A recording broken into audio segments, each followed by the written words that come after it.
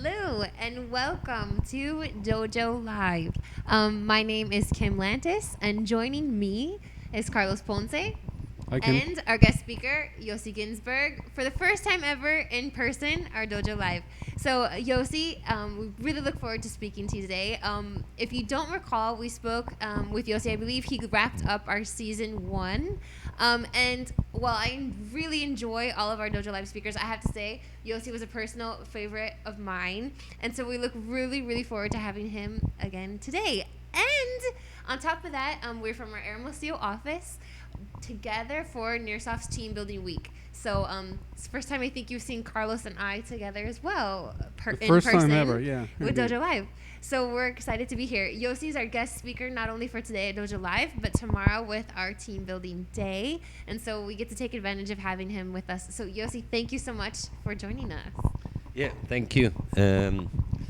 As opposed to our first meeting, I'm aware that there is a camera, so I'm a bit better dressed.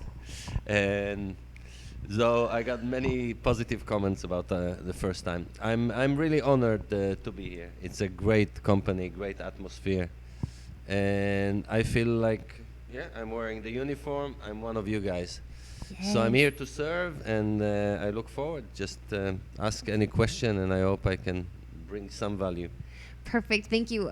What I would like to do is, first of all, remind you all a little bit of a back history of what we spoke about last time.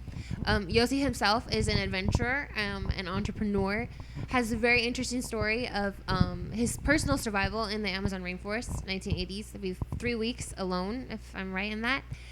He spoke to us about that. I believe you'll probably touch a bit on that as well and how that's impacted his life since. And we also talked about those skills that he learned in the Amazon and applying those to business survival and the need to compete, or actually the competition is somewhat a healthy thing that it drives us to find our niche and so forth. In today's talk, I think we're going to have a little bit of a different twist and a different take on that. It's my understanding that a lot has happened actually with you since our last Dojo Live. So I guess, Yossi, if you could start us out just by, for those who are joining us for the first time, tell us a little bit about your story and what that was like in the jungle. Okay. So the original story is a story of a dream as a youth.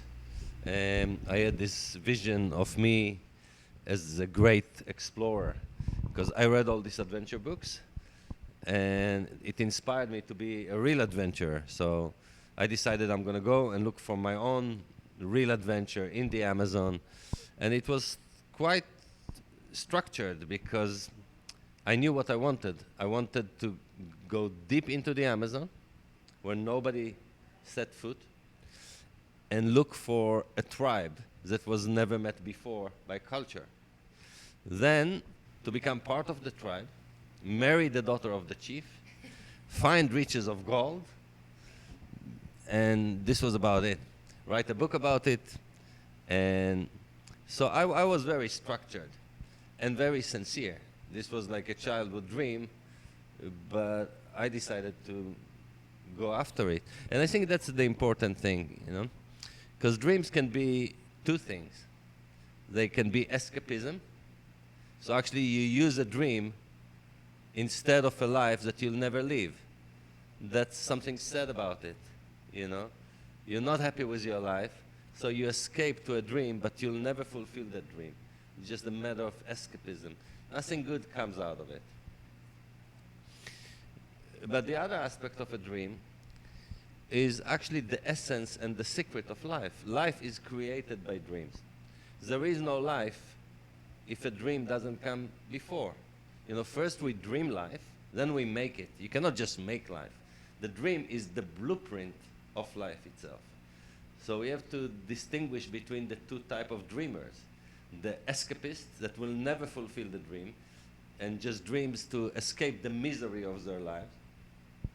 And the other that uses the dream to cast a plan forward and then walks after. So any entrepreneur is the second type of dreamer. Any protagonist of every book, every movie that we saw, is the second type of dreamers. Those dreamers, they choose a dangerous path because it's easier and safer to be an escapist, because you're still on your sofa, you're not doing anything, and you have all these like hallucinations, but nothing happens. It's safe. Yeah. You can maintain your mediocre life by doing that. Nothing will happen. But the second type of dreamer has to take action. The moment you take action and you go after your dream, it's dangerous. There's many types of dangers that await you. The unknown, of the unexpected, the fear, and also the sense that maybe I will not succeed.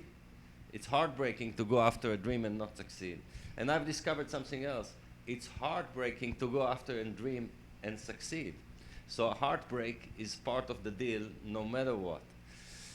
So I would like to interrupt you for just Sure, 1 second, sure. because my question is this. We all know now that in a way that dream you had kind of turned into a nightmare for 3 weeks or 4, I think, if you count the time you were with your group and then the 3 weeks you were alone. When you went into the jungle, were you expecting, or did it even cross your mind that that dream might turn out that way? Or did you go in relatively naive and, shall we say, the saying, that young and stupid? What was that like? Yeah, it's a good question, and even the terminology. I call my archetype the dreamer fool. That's my archetype. Now, the fool is more important than the dreamer, because the dreamer intelligent is the escapist. The dreamer intelligent says it's crazy, to go after the dream. You have to be a fool. But I borrowed the term fool from Percival. Percival is a classic hero of the great adventure that is known as the Holy Grail. The hero of the story is Percival, and Percival is the village fool. Fool represents childlike naivete. He's not stupid. He's just the fool. A fool to follow his heart. A fool to believe that the impossible is possible. In love. Yeah. The fool is eternal naive. Naivete, what's the opposite of naivete? Cynic, there's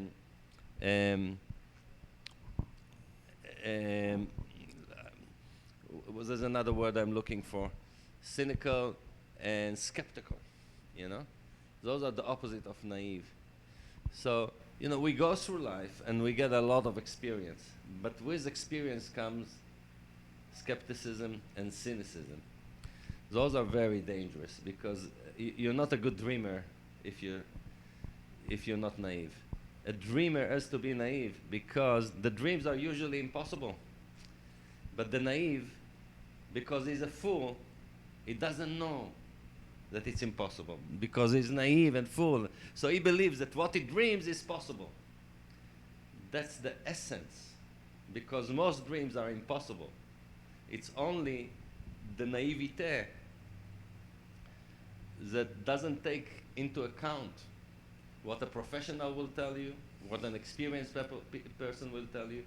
This is the essence of being a good dreamer, Otherwise, you dream small and you execute small. But you have to be a fool. You have to be naive to dream big, and then you have to take the chance and risk everything and go after that. So I'm all for this fool, the naive fool. So you're right. I was young, but that youth never left me. I'm still a dreamer fool, and that's something that I never want to change. Yes, I take on board all my experience, and I have a vast life experience. So I'm a fool, but I'm not stupid.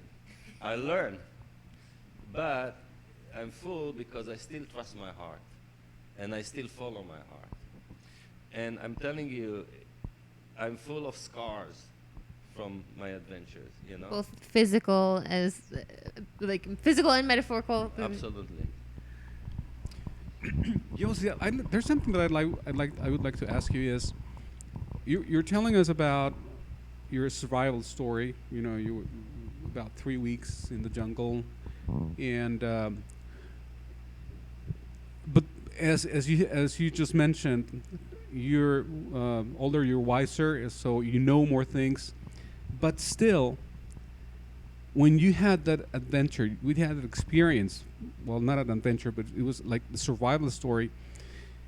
At the present time, knowing what you already know, if you could, would you go back to pursue the same circumstances or the same type of dream that drove you to that particular adventure? Maybe now that you know what you shouldn't do, or I mean, would you take the same chances at the present time? Maybe he would have brought a better knife. Yeah, Well, probably better knife. I don't know. yeah. I mean, there's a lot of practical things that I've learned for sure, but I think in a way it's a hard question to know to answer because it's it's hypothetical, it's theoretical. But I'll answer that. I just came back from the Amazon, so I just returned to the Amazon.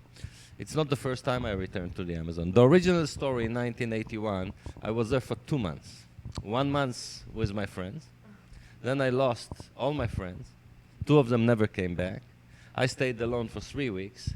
And then one of my friends that survived and was saved by the indigenous people came with the indigenous people and they saved my life. So altogether I spent 2 months in the Amazon, 3 of them alone against all the elements, without experience, without weapon, without fire, without food, in the midst of the worst rainy season in a decade.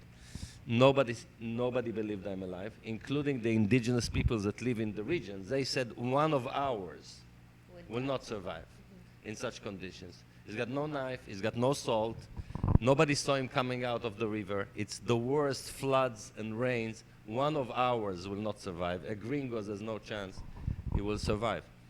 In a way, my lifelong dream turned into the worst nightmare possible, but just for a few days, important days.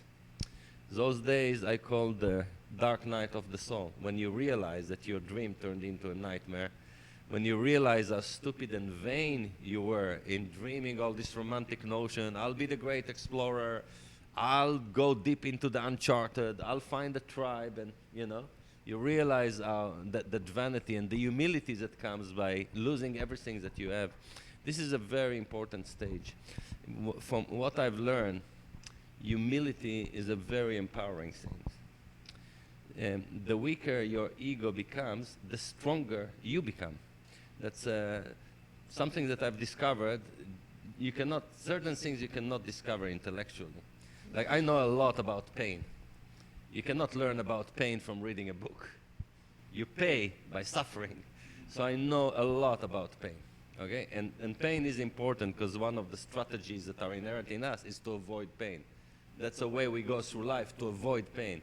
It's not a good way because it makes pain harder to bear. But I'll speak about it in a second. What I wanted to say now is that by being humbled by the forces of nature and realizing how small and insignificant I am, crushed completely, I reached a very low place. This low place is a healthy place to be for a couple of reasons. There's a term, actually, beautiful term that I like for this place in English.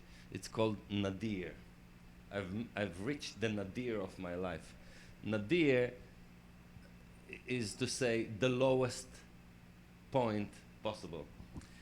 We fear that place, to fall all the way down to the very bottom. But there's a couple of things that are very healthy.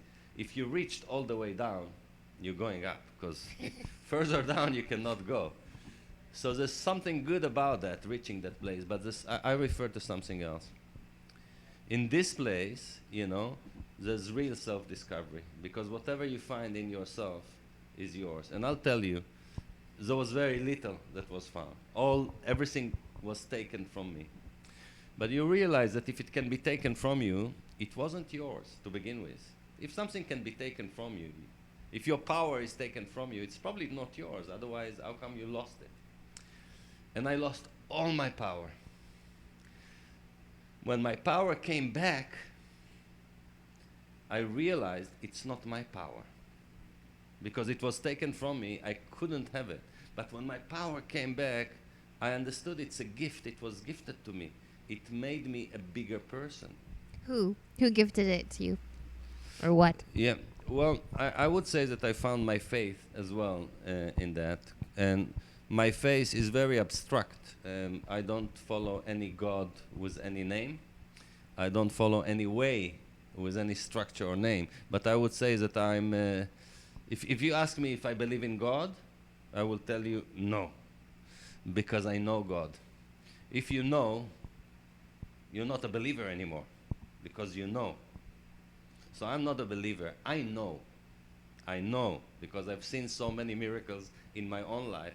There's no place for belief. When you see with your own eyes, when you experience for yourself, it's not a question of belief. You're not a believer anymore. You know. And I'm telling you, I know. My life was saved. It's not my power to survive, which is unbelievable, the discoveries that I found about my own ability to survive against all odds. It wasn't enough. Without the miracles, without the providence and interference, there's no question for me, you know? There's no question. So I found my face. Again, I cannot put a name on it, but for sure it changed the way I understand life and the meaning of life, because that actually was the only trauma that I've experienced, was a spiritual existential trauma. Because after 3 weeks of survival, I wasn't traumatized physically or mentally or psychologically. I never had a nightmare ever. I never feared the rainforest, never saw it as my enemy. I came back and made it my home for 3 years. I never needed one session of therapy to deal with my trauma. I never considered having a trauma, but I couldn't go back to my regular life. I knew that my life was saved, and I needed to know why. What was so important about my life that it was saved? And that actually was the only trauma, and it changed my life profoundly, because I had, you know, to serve that purpose, to find out the answer. It was a life of inquiry and dedication, completely not what I've expected the course of my life. Please. Have you found that answer? Like you say, your life has been, you know, discovering the why or what's the purpose. Do you find that you've maybe had that answer, or are you still working on that? Yeah, I tell you, the answer is I didn't, but I found a place that I don't have to search anymore, which is a very good place, you know, like, because it's not, I discovered a lot, and my methods of searching were very daring.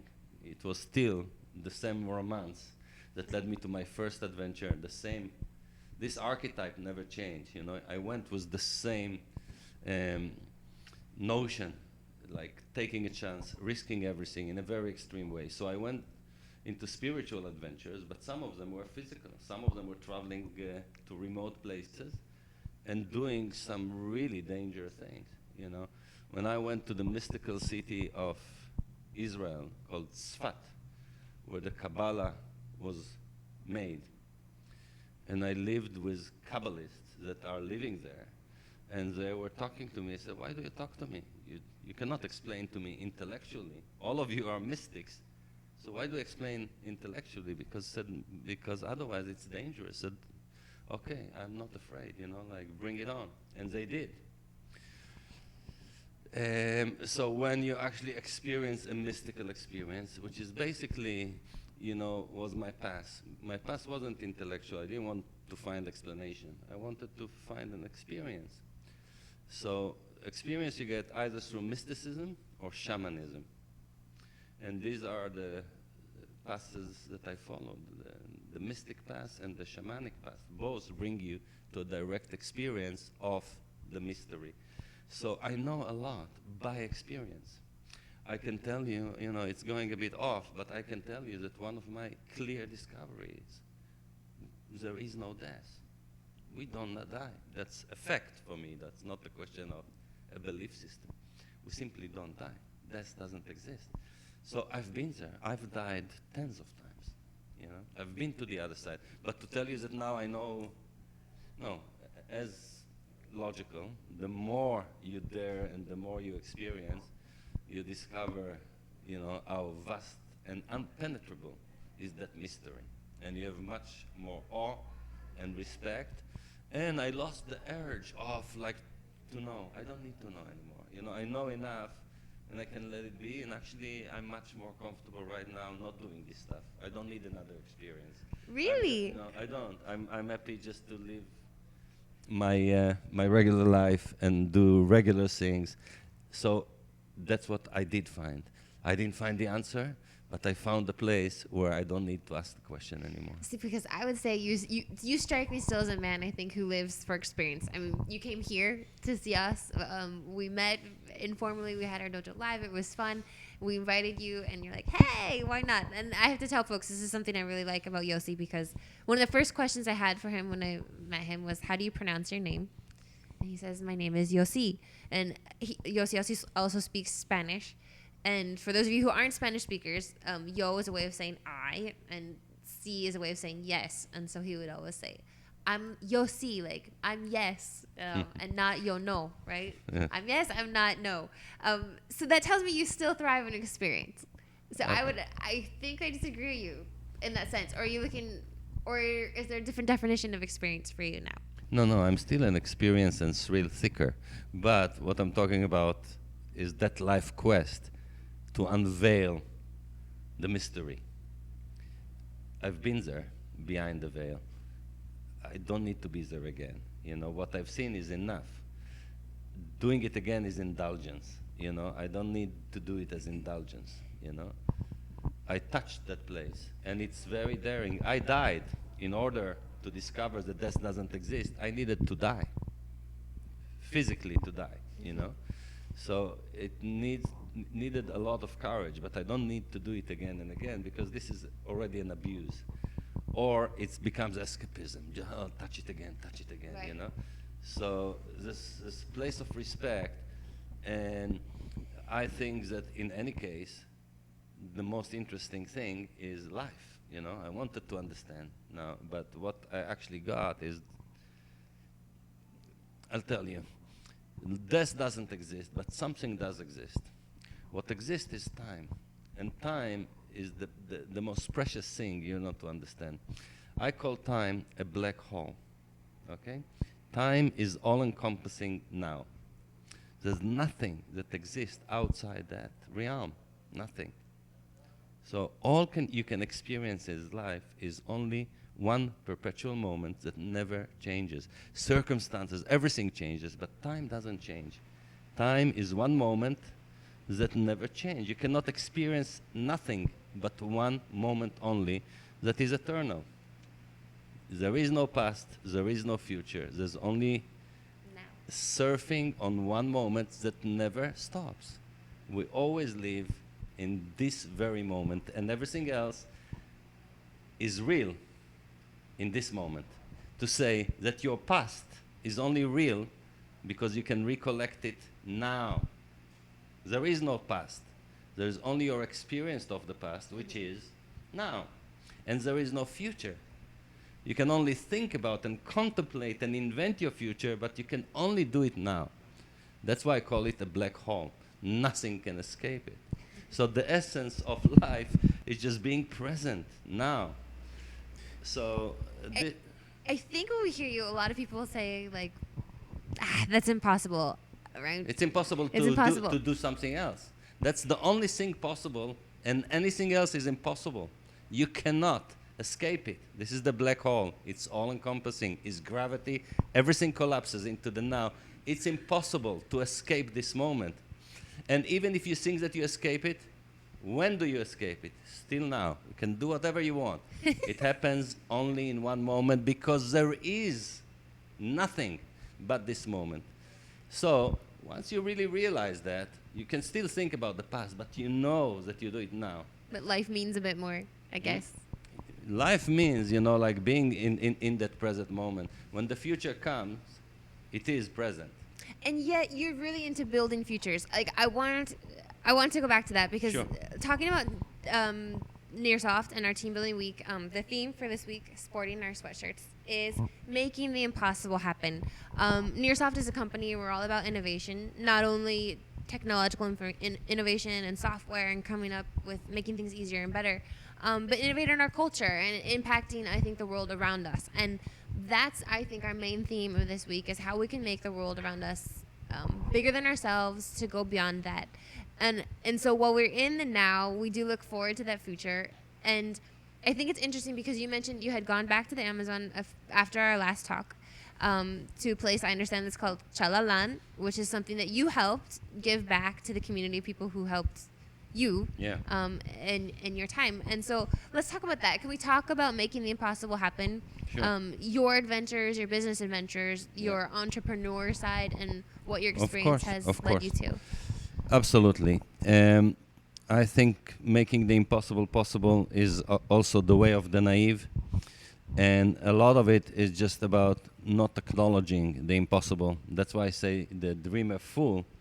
The fool is more important than the dreamer, because the fool is the aspect that it doesn't know it's impossible. Okay? The knowledge of the impossible makes it impossible. Because you have to understand something that is very powerful. The world is as we believe it. The world is not as it is. We believe the dream, and we believe the world, and the world becomes as our belief. So it's not seeing is believing. It's actually believing is seeing. Our belief creates the world. So the moment you believe in something, if this belief is strong enough, it becomes a mass belief. We all believe in something. That belief will shape the world and make it what it is. Okay? And this is called a paradigm, and paradigms are very powerful and can be very limiting and dangerous. So the context is, if you believe it's impossible, it is impossible. If you don't know it's impossible, then it is possible, and that's the way of making things possible. In my personal story, I've made a few things completely unbelievable through naivete. Chalalan is like the Buena Vista Club, you know? It's like taking the most disadvantaged place on the planet, maybe, deep in the uncharted Amazon, in Bolivia, a remote village that is so forgotten by everybody. Nobody cares about this village. Those people are Uchupiamona, the noble people, that their nobility was taken from them by the introduction of culture. Because before culture met them, they were noble savages. They would go, you know, like with something made of bark or leather around their loin. They will hunt and fish, and they'll be noble savages. Then come a missioner and say, our God, it doesn't allow you to be naked. It's immoral. So please, you have to get dressed. What does it mean? It means poverty has arrived to the village. Because naked you can be noble, but dressed in tatters, you're simply poor. So what we made them, the first thing we made them was culture. We made them immediately, instantly, because they didn't dress nice clothes. They were dressed in tatters, you know, in rags. So we introduced poverty. Then we brought other advances. You know, there's a system here, and your children are going to be educated. It's part of the law. So now it's an economic system, because we send you the teacher, but you have to send your kids. The kids need notebook and a pencil. It's all positive. No, it's not positive. That means that these people have to destroy their own environment. Because how would they buy a notebook? How would they buy a shirt? Or it's not allowed to go barefoot. How would they buy shoes? So now they start killing their own monkeys and smoking them and selling them in the market. Now they start chopping their own wood because they need. We introduced an economic system to them. So they start ruining their own resources, you know. So to look at these people and understand that this is like one of the worst cases, because this is a very remote. Those people are called primitive by their own other indigenous peoples that have lived in the cities now. The primitive, the salvajes. Happened so, they saved my life. You know, with great nobility, risking their own life. Not even believing there's any chance to find me, but they did. So going back there, the connection was very deep, and they're extremely, extremely intelligent. Being hunters and trappers, they trapped me intelligently, you know. They put me in a place saying, oh, thank you, you come here to thank us for saving your life, but we're dying. The entire village is dying. Can you help us save our own life? So how can I say no in such a situation, you know? And when they tell me what happened, and what happens is that the youth are leaving and they're never coming back, because the youth don't want to be poor-stricken in the jungle. They rather scrub floor and pots and pans and be the cheapest possible labor in the jungle town, but at least gain a little bit of money and put jeans on so they don't have to be savages and wearing tatter. And they're never coming back to the village. The village is dying. So they came up with the idea of Chalalan. Chalalan was a brave idea, crazy, impossible idea. Even I knew it's impossible. You know? As naive and a full dreamer that I am, the idea of Chalalan was simply impossible. They wanted to start an the word, you know, I learned it later, you know. They just wanted a tourist operation in the jungle near their village. It's an eco-lodge. Now it's an eco-lodge. I didn't know the word eco. I didn't know the word biodiversity. I didn't know the word indigenous people. You know, this was part of my learning process. And so they said, we'll build a resort, and people from all over the world are going to come to the resort. Why? Because this is so beautiful here. We have so many animals and species. And by the way, they're such lovers of their environment that is impressive. They would all stop and look at the bird. It's really moving when you see indigenous peoples that live in the middle of the wild Amazon, and they all stop and look at the bird. They all stop and look at the bug. They're curious and really passionate about their environment. I like that because I think we lose that. You don't look around you and see it's all go, go, go. Yeah. I think I like that. No, It makes me, I know this is a little off topic, but even university at our campus, we had the biggest, fattest, cutest squirrels. And I would find myself on occasion just stopping and watching the squirrel. And it's really, really fun. So I can say I'm a bit envious of that. Like, Yeah. it is beautiful. I like Yeah, that. it's what we call stop and smell the roses. They do that naturally, and it's very impressive. A lot I learned from these people, a lot. I'd like to just quickly interrupt the conversation for a couple of seconds, because I'd like to remind the audience that if you have any questions for Yossi, please feel free to send them by Twitter to our Twitter account, which is @DojoLIVE. Simple as that. @DojoLIVE. Just send us your questions, and we'll read them right here, and Yossi will respond. With pleasure. Sure. Yossi, if I may, I'd like to ask you something real quick. Before we get into any deeper into the creepy realm of quantum physics and things like that. And so here's the thing. I was recalling the conversation that we had last night when we met you and we went out for a beer.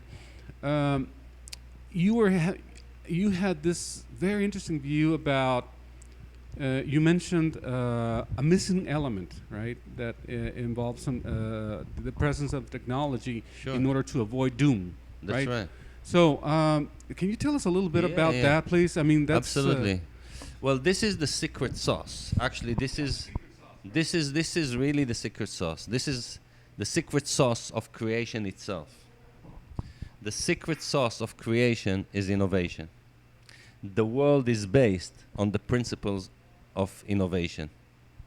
So what is innovation? Innovation is embedded in creation, because the way to survive on this planet is only through innovation.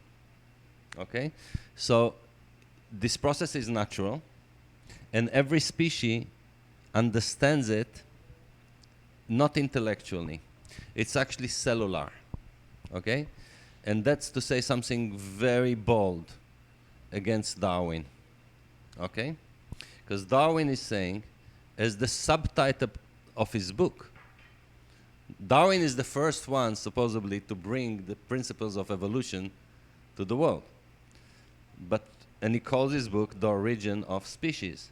But the subtitle of the book is very, very wrong and dangerous, because the subtitle of The Origin of Species is our preferred species survive in the struggle for life. This is the subtitle of the book. Now I want to linger just a second on this subtitle because it's so wrong. It brings two ideas. A, there are preferred species. And B, life is a struggle. Those two ideas are very, very dangerous. Okay? The idea of life is a struggle means everything wrong that we know about nature and jungle. We say it's a jungle out there. And immediately what we think, cutthroat, sharp fingernails, tusk, eating each other, killing each other. Do or die, us versus them. This is the idea of life is a struggle. And the second idea is not everybody survives. Who survives? Preferred. This is the essence of racism. Preferred species is simply racism. So I'm saying it's very, very wrong ideas, but they're also wrong. Nature doesn't back up these ideas, and I'll tell you, there are no preferred species because evolution is done on a cellular level, not on a species level. You don't even have to be a species to evolve. If you isolate a cell in a petri dish and change the pH around it, the cell will make the changes. You don't have to be a species. You don't need a consciousness of species. A cell is intelligent enough to know that secret sauce, adaptation. Adaptation is the secret sauce. Adaptation means innovation. How do you adapt? By innovating, by changing. In the case of biology, you're changing your DNA, you're changing your structure, you're printing new formulas from protein, you're making your DNA evolves. That's another recent discovery of science. We thought DNA doesn't evolve. You just, RNA goes to the DNA, makes photocopies. It's wrong. RNA brings environmental cues to the DNA evolves to make new proteins. So it's totally backed by science. Innovation is that process that's done on a cellular level. So first of all, to say, all species do that. And to say against Darwin, because Darwin is a racist, and we have to, with all his greatness, he's a racist, because this subtitle is dangerous. And the truth is, all species survive. We all survive because we all know the secret of adaptation, which is innovation and technology. This is very, very important. This is the secret sauce of life. And if you look at nature, species, all of them survive. Yeah, of course, you can bring me the dodo bird, or you can bring me the dinosaurs. Those are the exceptions that prove the rule. We all survive. You can also say, but 50% of all species just disappeared in the last century. Yes, because there's a cancer, on this planet. Unfortunately, that cancer is humanity. The reason why species die is not because of evolution. It's because of one predator, which is humanity. And this is very, very wrong, because humanity is very unintelligent by eliminating other species, because humanity is blind to see the basic fact that there is codependency. When you eliminate other species, we hurt ourselves. There's codependency. This place is built. Going back to the tribe, starting to hack off their monkeys and their trees and whatever it is to live up to some fictitious expectation. I think it's interesting. Yeah. And that's what we do, I guess, on a global scale. Yeah. Well, so what we have to understand is that innovation is a simple principle that creates synergy. Now, synergy and harmony are the only way to go. And it's very simple to understand why. Because we are an ecosystem. Ecosystem means something. Ecosystem means it's an enclosed environment. Okay? Enclosed environment means interrelation. So in this environment, we are all one family. This is a fact. The fact is that if you take a fruit fly, you will be shocked that 95% of your genes are shared with the fruit fly. We're the same, We are the crown of creation. God created us. But our genes are 95% identical to a little worm. We cannot deny the fact that we are family. We are family, okay? The second thing is we are connected. This is so, I mean, man is so intelligent, but so stupid at the same time. Not seeing that connectivity is like, not understanding that if Somalis are hungry, the hunger will not stay in Somalia. It will turn into Al-Qaeda. It will turn into unsafe oceans with pirates. You cannot isolate an event. Say, who cares? It's there. No. There is no there. In an ecosystem, everything is connected. No matter where it is, if somebody is feeling something, that notion, like in a spider web, it will vibrate throughout the system. And the third thing, and the more important thing, in an ecosystem, there's codependency. Each species actually gives life to many other species. If one tree goes down, 1,000 species depend on that tree. If we don't see that, so, we just take the mahogany. So, I mean, understanding these principles is understanding that life is based on synergy. Nobody can go down in an ecosystem because of these principles. And how do you create synergy? You create by innovation. Why? Because innovation eliminates competition. Okay? Darwin comes with competition, no? It's like very clear. Struggle. Life is a struggle. One premise. Not everybody survive. Just preferred species survive. So what do we learn? Struggle. Not enough. We have to fight for it. Not everybody will win. So I better win. So aggression is born. Competition becomes war. It goes into business, and it becomes totally legit. Kill the competition. Eliminate the competition. Do what the competition, it's all about subduing, eliminating, overpowering the competition. It's wrong. It's an ecosystem. If the competition goes down, you go down. Even if you don't see it, you don't see it because you're short-sighted. Everybody has to thrive, because otherwise, if he's poor, that poverty will affect me. I won. He's destroyed. No, his destruction, it will be your demise. Exactly like if they're poor in Somalia, Al-Qaeda will rise. We don't see that connection. We have to see. So what's the solution? Like if competition or focusing on competition isn't the solution and innovation is, what does that create? How does one, in a business world, for example? It's very easy to understand. It's not complicated at all. That's why I say it's the secret sauce. It's the way nature works. Actually, it means much more profit. It means greater profit. I have an expression, which is a bit extreme, but I really believe in it. I say, greed is good, but it's not intelligent. I believe that greed is good, but I say to greed, why settle for less? If you're greedy, take more. If you go into the Amazon and because of your greed, you take a mahogany, I understand your greed. And your greed is good, but it's not intelligence. If you keep the mahogany alive, you can make more money. There's more money in a healthy ecosystem. What's not to understand? A diseased, raped, broken, beaten, injured system will not produce economically as much as a healthy, radiating, There's more money in a healthy system. So if you're greedy, be intelligent.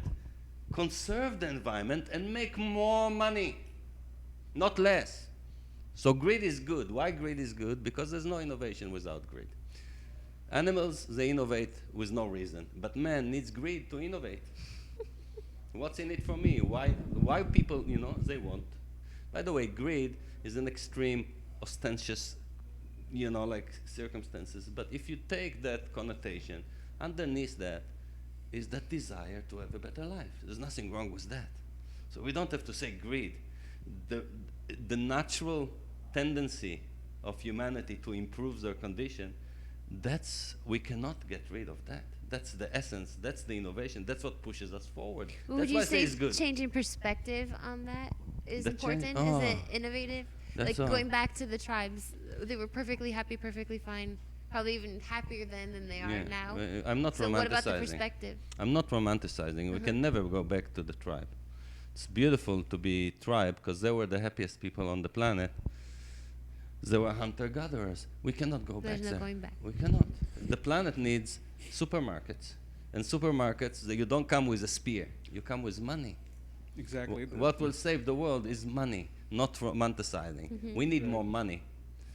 And more money there is. There's no lack. So what we need to break is the premise that scarcity is our reality, and change it to abundance is our reality. The reality is what we believe. It's not what we see. You cannot say, wow, we talk about abundance, see how many people are suffering. There's no, that's our belief created this reality. That's not the circumstances. That's the consequences of our belief. It's dangerous belief. It's wrong belief. This is an abundant planet. We should just give it a chance. And this is not simple, because paradigm is a must condition. You know, what must condition is a shift. You know? Again, I am under the impression that we're very nicely leaning into the quantum field arena, and I'm all for it, because I'm really enthusiastic of those types of subjects, and I could talk about those things for hours. But specifically, there's something that's been twirling in my head, and that I wanted to ask you is, you have all these wonderful learning experiences you have told us about today. And I believe that, correct me if I'm wrong, but I think that the last time, the previous DojoLIVE broadcast was titled "Bringing Amazon Survival Skills into Business." So my question to you, Yossi, would be, you're also a tech entrepreneur, and I'm specifically a Silicon Valley tech entrepreneur. So you've done a lot of things over there. So my question is, from your learning experiences, what would you apply in today's specifically tech world, the software world, or the Silicon Valley world? What would you bring and apply into this reality? Yeah, well, it's excellent question, because it's inflicted. That reality is also inflicted with the wrong perception of scarcity and non-innovation. Surprisingly, there's a lot of non-innovation in the tech industry, because it's safer not to innovate.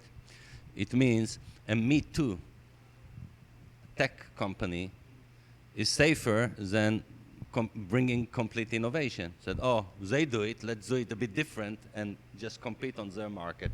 It's very wrong. It's very prevalent in many, many industries. It's part of our attitude.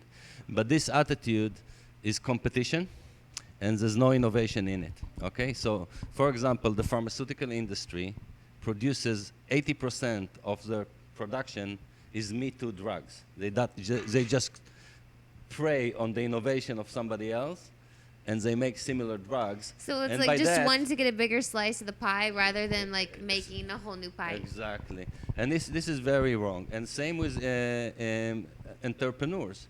Say, okay, let's look at other companies, what they do. Let's try and make a variation of that.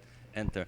So this is bad competition. Why it's bad competition? It's traditional competition, but it's bad.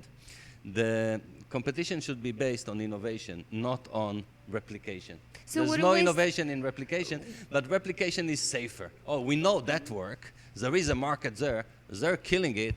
Why don't we get and prey on their market, and we take a bite of it? It's a traditional way of thinking. It's very wrong. Why? Because what will happen if you enter the same market, what you'll do, you'll succeed, your competitor will succeed, but both of you will have to lower your prices, because now you compete, the price goes down. Okay?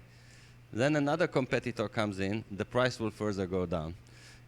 Theoretically, who wins is the customer, because there's more choices and better price.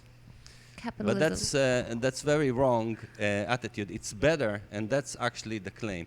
Innovation avoids competition because innovation creates a niche. A niche, you have monopoly. In monopoly, you do not compete, because that's the meaning of monopoly. So innovation creates monopoly. This is the secret sauce. This is what nature does, because what it means is lower investment and greater yields. When you don't compete, because what happens with competition? Instead of doing your work, you're busy competing with another. A lot of the resources do not go into your product and innovations. They go into fighting somebody else. Nature is smarter. Animals do not fight with each in general, yeah? They don't fight with each other. They avoid fighting because fighting is not efficient. Innovation is efficient. So, okay, this animal eats on this level. How about we look at our relative advantage. We have a long tail, which means we can jump higher. So we will go to the next tier and we will eat the top fruit. Nobody else can get there because we are the best jumpers with the strongest tails. This is just an example, but this is exactly it. So what happens is each species looks at their forte. What am I good at? What am I passionate about? Where is my talent? What can I do that nobody can compete with me because I'm naturally inclined that way? Have you seen that in real world, business world? Like, is there examples or what one could do to achieve that?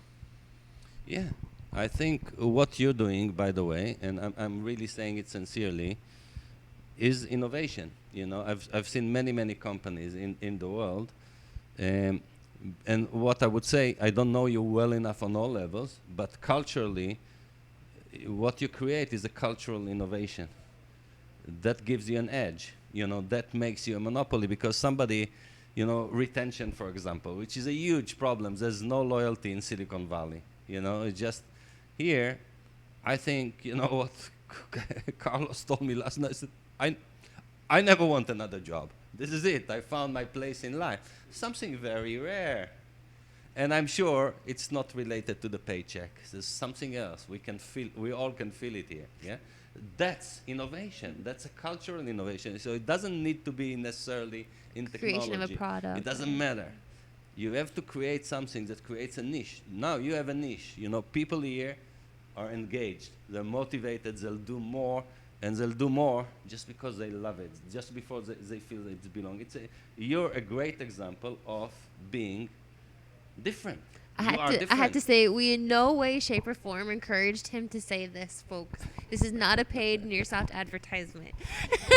I said that because we're taking him to lunch. Seafood, no?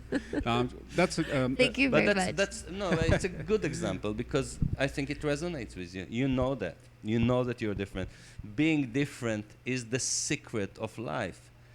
Trying to copy someone else, it's very rare. It's the cuckoo bird. You'll find in nature a couple of examples, but those are rare examples that prove the opposite. Nature is all about differentiation because differentiation creates harmony. You're different than me. You're doing something else. I don't have to fight with you. You go to your niche and enjoy. Opposed to common thought, the jungle is not a jungle out there. It's a beautiful garden out there. Species in the jungle work less, eat more. Meditate more, fight less. It's not what we think. Those ideas are not. I'm coming from the Amazon now. The Amazon is a peaceful place. Yes, the jaguar ate a deer today. But that deer... And almost ate a Yossi at one time. Almost ate a Yossi. But I tell you, the deer have no war with the jaguar. The jaguar has no agenda to eliminate the deer. You know, it's all part of life. There's no bad blood. There's no animosity. There's no, you know, anxiety and fear. What we think about the jungle is actually our jungle. The jungle is a garden of abundance. I mean it, you know, like you have to really understand the jungle. It's the densest place on the planet. The densest. Amazon has 50% of all species while being only 4% of the planet. If our old ideas that our population of, pressure of population on limited resources is the essence of scarcity, the Amazon will prove it. It proves the opposite. Because it's the smallest place, the densest place with the highest competition. Look at what competition does. It does two amazing positive things. Competition naturally brings you to peak performance. Okay? You're at peak performance in competition. This is taxonomy. This is the fact. You take two plants, the same plant. One is in the Amazon, one is outside the Amazon. The one in the Amazon, which is exactly the same plant, is double its secondary metabolism. It's at the top of its game. Why? Because of competition. So first of all, you have to understand that competition makes you at your peak performance. Examples that everybody will understand: Olympic Games. Why in the Olympic Games all the world records are broken? Because it's the biggest competition. The best arrive at the same place. And what happened? All of the best becomes at their peak performance. Otherwise, why the world records are not broken all the time? They're not. The environment of the Olympics takes the best and brings them to their peak performance. So understand, competition is peak performance. That's actually a desired situation. What do we want? We want peak performance. You know why? Peak performance feels right. It's not only a good place. All your faculties, mental, spiritual, physical, psychological, they all come together. The focus is clear. That's peak performance. You know what you're doing. You have a clear focus, and everything is tight.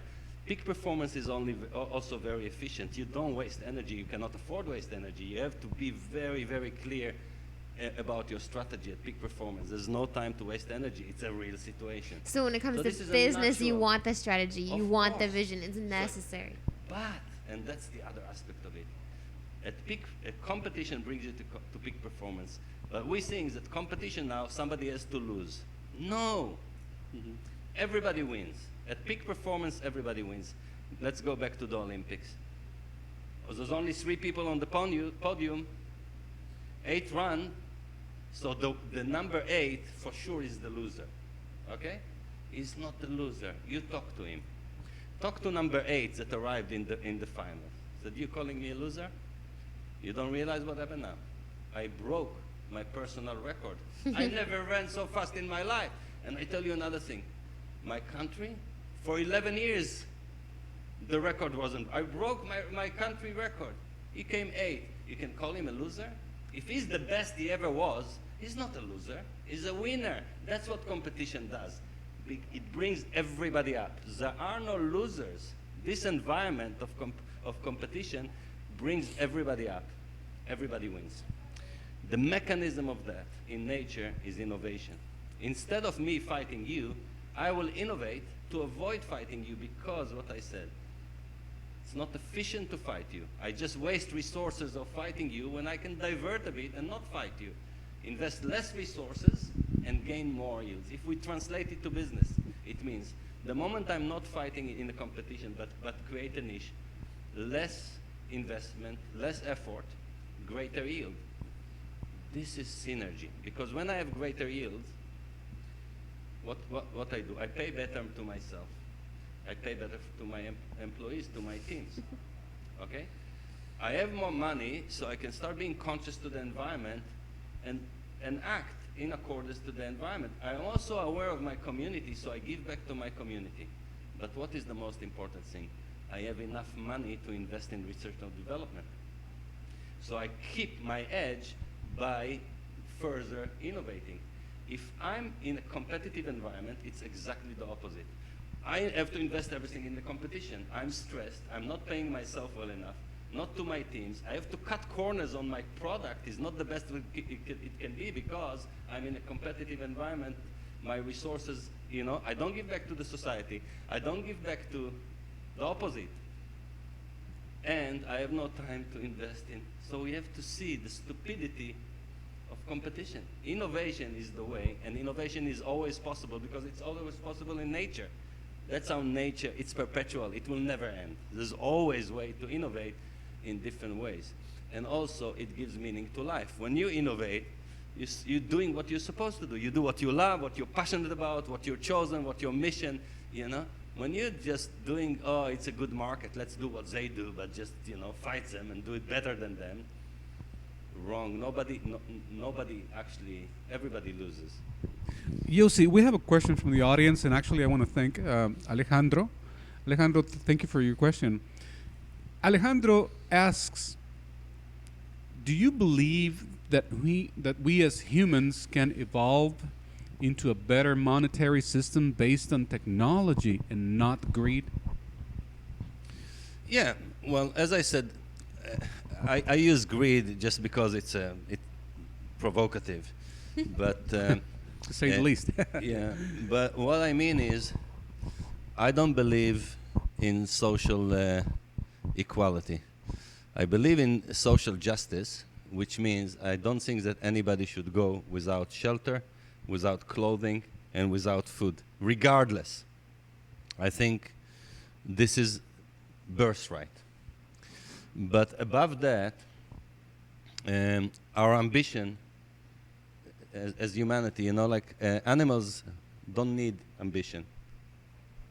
But that's what differentiates us as humanity. And without ambition, we will not innovate. So I think that the monetary system is a technical issue, but the human nature, I believe that this is a strong attribute. We want to improve our lives, and when we talk about improve our life, it's our personal life, our family, our societies, etc. And that's what, empowers us or motivates us to innovate. So I think this is very important to understand. I accept it and respect it, and I find nothing wrong with it, because I believe that there is no lack. Being richer doesn't mean somebody else will be poorer. And eliminating poverty, it doesn't mean that the rich will have less. Actually, it's the other way. If the poor will not be poor, the rich will be richer. It's only limiting thought that the monetary system is limited, so there is 100. If I have 80 and you have 20, I'm in control. But if you'll have 40, I will have only 60. It's actually not true, because we don't have 100. We have expanding, unlimited markets, So we are in a state of abundance. Poverty is very, very wrong, because you're my brother. If you're poor, it will affect me. And if you'll die, I will not be complete. These are the principles of being one family. Family, interconnected, interdependent. We have to understand. We understand quantum. We understand the black hole. We understand the Big Bang. But we don't understand those simple principles of the ecosystem. We are family, connected, and dependent upon each other. Those are important principles to embed, because by having said that, it will eliminate competition. Because I cannot kill you, I kill myself. That's the stupidity of not seeing. Right. It's about all of us. Now, a different monetary system is very, very necessary. I really believe that money will save the world. Technology will make money, but money will save the world. As we said before, we're not going back to be hunter-gatherers. So we are building, we need products, and products, we'll buy them with bitcoins or whatever. So we need some monetary system. Now, there's nothing wrong with money. Money is a blessing. Money has an interesting nature. The only thing you can do with it is spend it. There's nothing else you can do with money. It's just like a hammer. I mean, you can use it to build things or to kill someone. It's all how you use it, right? Absolutely. Definitely. But I would say, give you a simple example. If the poor in Somalia back, instead of trying to help them, you will just wire money into their mobile phones, you will eliminate the problem of hunger in the world. You don't need agencies, you don't need UN, you don't need humanitarian thing. Just beam $10 into the mobile phone. You know what happened now? They have $10. They have spending power. The food will come alone. If they can spend the money, a rickshaw goes off in the next village, and the rice is coming on that rickshaw because 1,000 people in that village have $10 to spend. So it's just having justice, and justice will be made by money, because money means eliminating poverty, giving opportunity in terms of, the basic education, opportunity, access to all the things that are, that's our shame. The shame are that people are hungry. Our shame is that people don't have access to hygiene, to clean water, because we are far beyond that in terms of technology. We can solve these issues. Right. It just, lack of consciousness. We're very evolved in many ways, but in consciousness we don't see that it's shameful, the way absolutely we treat each other and the planet.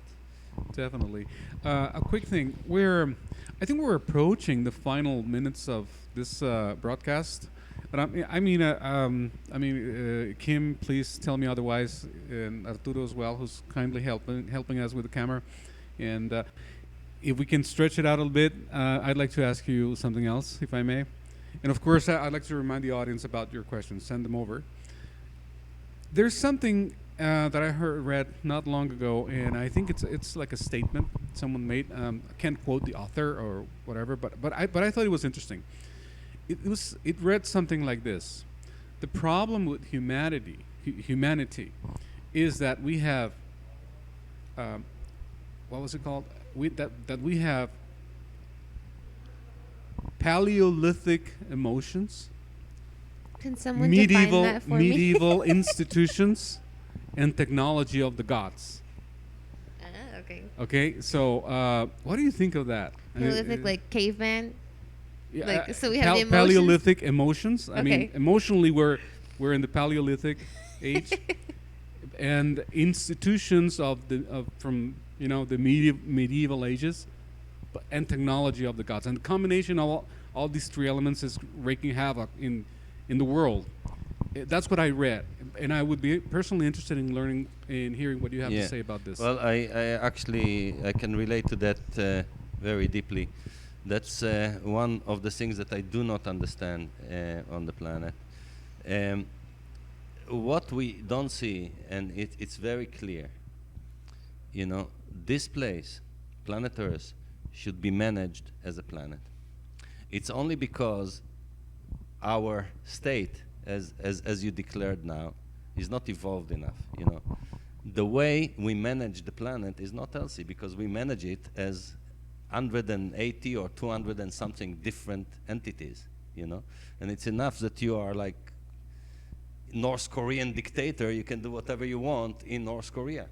If you're in the deserts of Libya, you can set up fire your gas. It's not your gas. It's the planet's gas. It's not your, we don't own this planet. This planet is our shared ecosystem. It should be managed like that. We are very stupidly managing a planet by dissecting it into illusional borders and managing it, giving the power. So the first thing, as far as I'm concerned, is creating a federation, very much like the United States, which is the federation of planet Earth. And like a federation, culture should be celebrated in each different territory. So culture is very beautiful, but culture shouldn't rule the planet. Culture is the wrong thing to rule the planet. The moment you're attached to your own culture, you see through your own culture. And that's exactly the state you're talking about. We're not evolved, As evolved, we should see ourselves as earthlings, because that's, in fact, what we are. We're children of this planet. And we should have, very much like the United States, we should have like a strong, it's not a very good example right now, but we should have a mechanism, whatever, the elders, the wiser, but a federation. The UN is the closest, but the UN is corrupted as well because it's still a primitive thing based on old politics and interest. Amazing, technology is so evolved. We have the technology of the gods, but we don't have the consciousness of the gods as we should. It's very simple. These are not complicated things. Everybody can see this is a planet. The planet should be managed as a planet. We should take care of the planet as a planet that it is. It's an ecosystem. And then the differences should be celebrated, but also should be monitored. Not every dictator can do whatever he wants just because he sits on a piece of land. It's wrong. It's wrong. I'm talking about human rights. I'm talking about environmental rights. And I'm talking about management of resources, etc. I think this will be an advanced state. Sounds completely utopic, but it's absolutely logical. This is what we need. I mean, it's very clear. So that's exactly what you described. Basically, the species is not evolved enough. And it's amazing because intelligence went beyond, what we've created with our intelligence is unbelievable. Managing a planet is much simpler than deciphering the secrets of the atom and the universe. And we went with our intelligence so far, but we cannot bring it down to very practical things that are totally, make sense and logical because it's not a problem of intelligence. Where might the individual start in that? I think you're being the dreamer fool. It sounds great. It sounds awesome, but how do we get there? What would you say we do as individuals, and then collectively, perhaps as Nearsoftians, and then Hermosillenses, the city that we live in, as Mexicans or Americans? How do we expand that out? We can. And the way we can is by being dreamerful. I tell you one thing, which is sad sometimes. I live by these ideas. I don't just speak them. I said sad because many times I lose everything I have. Sometimes because you I'm lost so in the naive. jungle for 3 weeks. No, because I pay a personal price, you know. I pay when I do business, I do business based on these principles. So when I'm in commerce, I'm not following the principles of commerce. Buy the cheapest possible, sell the most expensive possible. This is old thinking. But being progressive, when the world is still thinking old, meaning you lose money. I rather lose money than betray my principles. So let me tell you, the only thing we can do is personal example. And personal example is based on one attitude, responsibility. Okay? Because if we look at all these issues and we start saying, oh, those are big things, and there's nothing that we can do about it, then we're not responsible. What's the opposite of not responsible? Victim. Responsible means I can do something about it. If I'm not responsible, that means I'm a victim. So this is the choice. Am I a victim or am I responsible? I tell you that no matter what the issue, you can always choose. You can always choose. Even let's say, oh, what can I do about the misery in Syria? There's nothing I can do, okay, victim. If there's nothing you can do, you're a victim. I say you can be responsible. And I can tell you that being responsible, you have to understand the beauty of this world. It's the opposite of victim, but if you look at this world responsible, it's actually made of 2 words. Able to respond. Responsible means I'm able to respond. So you think, how am I able to respond? And I tell you, a minute of compassionate contemplation is also a response. If you talk about quantum physics, it doesn't, it goes somewhere. Your minute of silent contemplation with compassion towards the Syrian situation is a response. So I can show you that the most extreme circumstances, it says there's nothing I can do. Which could spark an idea. Exactly. But if you don't even take that moment to to reflect. This word and say, either I'm a victim or I'm responsible. If you choose not to be a victim, then dwell on the word responsible. What's the situation? How am I able to respond to that situation? And you'll find that there's always something that you can do, and this is what we can do. Because we cannot change the world, we can change ourselves. Paradigms are based on mass. You cannot change the mass, but you can contribute to the shift in mass by changing your mass. And it's not a matter of numbers, it's a matter of mass. When there'll be enough mass, the shift will come. So we just have to work towards this mass by taking responsibility. It's as simple as that, and it's doable. This is not utopic, as the examples that I give you. Even in the most impossible thing, you see that actually there is something that you are able to do as a response. This is extreme, but on less extreme, let alone, you always can respond. Okay. Well, Kim, I think that... I think it's a really great note to wrap up on, to be honest. So I think the only thing left for us is to, as ever, is to send a big thank you to our audience right there. And Kim, do you have anything else for Yossi? Well, I guess I do have to do a slight little pitch here. Yossi is with us all day today, Tuesday. He'll be with us at our team building day tomorrow, Wednesday. And for those of you who are watching who might be in the city of Hermosillo or nearby, he'll be speaking publicly at Musas, the museum here in Hermosillo, 7 o'clock p.m. Check us out on Eventbrite. Nearsoft Jobs hashtag has more information. So register there if you'd like to speak to and get to know perhaps Yossi on a personal level. And with that, thank you very much. And all I have to say is, again, thank you. I'm sorry if we hurt your ears. Thank you for being a dreamer fool, Yossi. Thank you. Yossi, you so much. It was an honor and a pleasure to have you here. Absolutely. Thank you so much. And well, guys, and a special thank you to Arturo Ruiz, who's behind with the camera and the cool stuff that we don't get to see very often. And Arturo, thank you so much for your help. And thank you for another edition of Dojo Live, and actually live in person from near South Hermosillo. Thank you, everyone. Thank you. Bye. Have a Bye. great one.